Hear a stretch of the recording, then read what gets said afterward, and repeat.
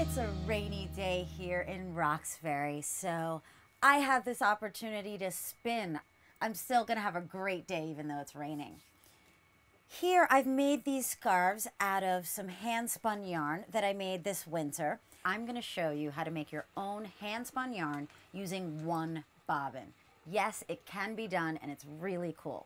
Once I'm done filling this whole bobbin with yarn, I am going to then ply it together. Now, in this scarf, I've got a bunch of different fibers going on. The green and the sort of rose color that's here. Those are both merino. And I have them right here. I also have some pygora fiber, and that's the brown and the sort of blackish gray color. And that's what I have here. I've got all of the pygora here, and I'm not even going to card any of this. It's Angora, so it's very slippery fiber, and I just want it to be random and puffy, and I want it to just bunch out as I'm spinning it. I'm also going to be adding some Angora that I just plucked from my rabbits. So I'm just going to get started, and I'm just going to pull off just another little piece of the pygora fiber. I've already started my bobbin here, and it's got some pygora and some Angora, and I'm just joining the two together.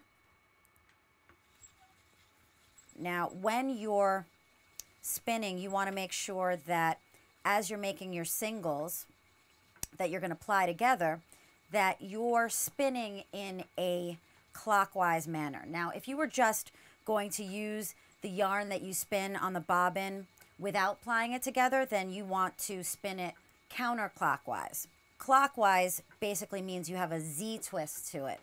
And then when you ply it together with something else that's got a Z twist, when you ply it, you're going counterclockwise.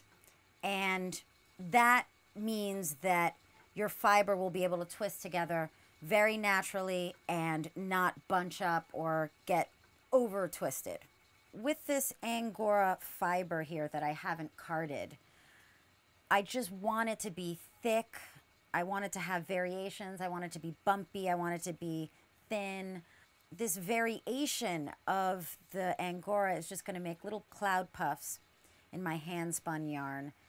And of course, when you're hand spinning yarn, you want it to look like it's hand spun. You don't want it to look like it's commercial yarn because you can just go buy that anywhere. The beauty of hand-spun yarn to me are the variations. So I've got some of this awesome pygora fiber here. It's about 7 times warmer than wool. Can you believe that? And it's soft, and there are still a little bit of guard hairs here. Goats, they have guard hair. And what you need to do if you're going to raise pygora or if you're going to buy just raw pygora fiber is you need to dehair it first. I just randomly grabbed this color and I'm putting it on, and I'm really just free forming my pattern here. There are different ways. If you want to create a scarf like this right here, then you have to spin each color in a particular sequence, but this is just random. It's going to be like this. If you're a beginner, you want to make sure that you separate your roving and just make it into smaller bits. When you're using commercially milled fiber, it's all parallel to each other, and you can do so many different methods of drafting. One of the methods is just the quick draft. So I'm just pulling it, releasing it, pulling it, releasing it. Or you can do a long draft method, and that's where you extend the fiber pretty far back, and you want to make sure that when you're doing the long draw method, you're drawing out at least 36 inches worth of yarn and then putting it on the bobbin. I love doing this method of making yarn because it's just really quick and easy.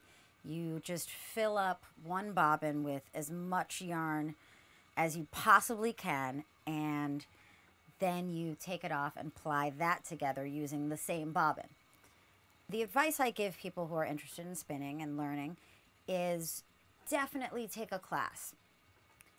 Go to your local either knitting shop or spinning store and go in, see when they have classes. Sometimes they have individual lessons also. So you don't have to wait for a class if you're really interested in getting started right away. But definitely hold off on buying a spinning wheel until you're sure that you know how to spin, that you like it, because spinning wheels can be kind of pricey. The best thing for you to do before you even buy a wheel is go out there and test the different types of wheels that are out there and make sure that it's the right fit for you. There's so many different spinning wheels out there. You want to make sure that you're buying the right one because it is a significant investment.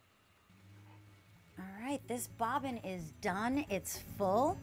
And I'm going to take all of the yarn that I've spun off of the bobbin, and I'm going to wind it up into a ball with a ball winder.